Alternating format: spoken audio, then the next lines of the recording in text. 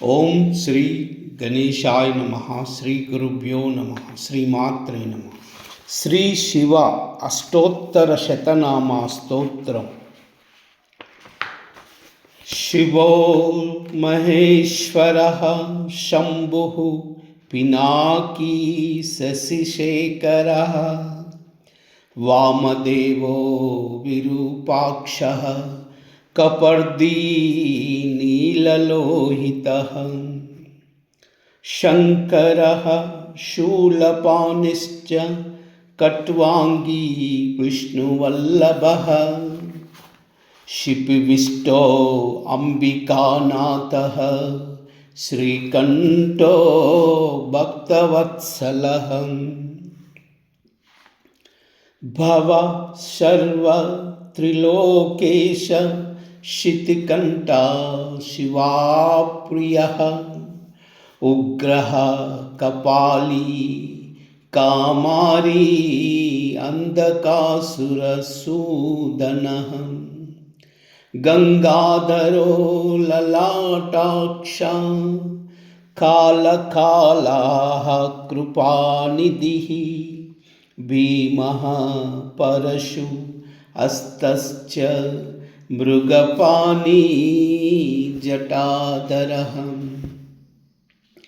కైలాసవాసీ కవచీ కఠోరా త్రిపురాంతకః వృషాంకో వృషభారూఢో భస్మతూలిత విగ్రహః సామప్రియ స్వరమయ త్రయీమూర్తిరనీశ్వరః సర్వజ్ఞ పరమాత్మా చ సోమసూర్యాగ్నిలోచనః హవిః యజ్ఞమయః సోమః పంచవక్ర సదాశివః విశ్వేశ్వరో వీరభద్రో గణనాథ ప్రజాపతిః హిరణ్యరేతా దుర్దర్శో గిరీశో నగః భుజంగభూషణో భర్గః గిరిధన్వాగరిప్రియః కృత్తివాసః పురారాతి భగవాన్ ప్రమతాధిపః మృత్యుంజయః సూక్ష్మతమ జగద్వ్యాపీ జగద్గురుః వ్యోమకేశో మహాసేన జనకచారువిక్రమః రుద్రో భూతపతిః స్థాణుర్హైర్భూత్యో దిగంబరః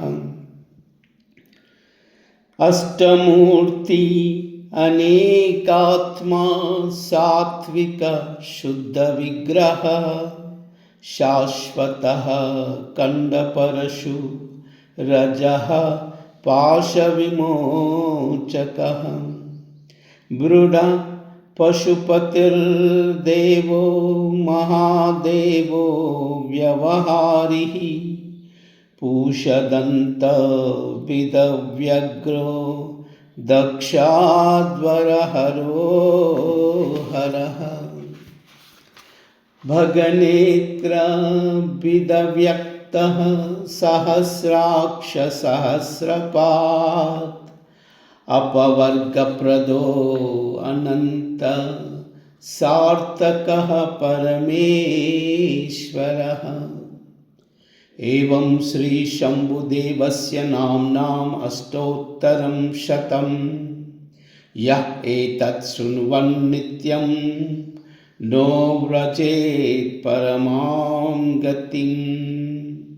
ఇతి శ్రీ శివాష్టోత్తర శతనామ స్తోత్రం. సర్వమంగళ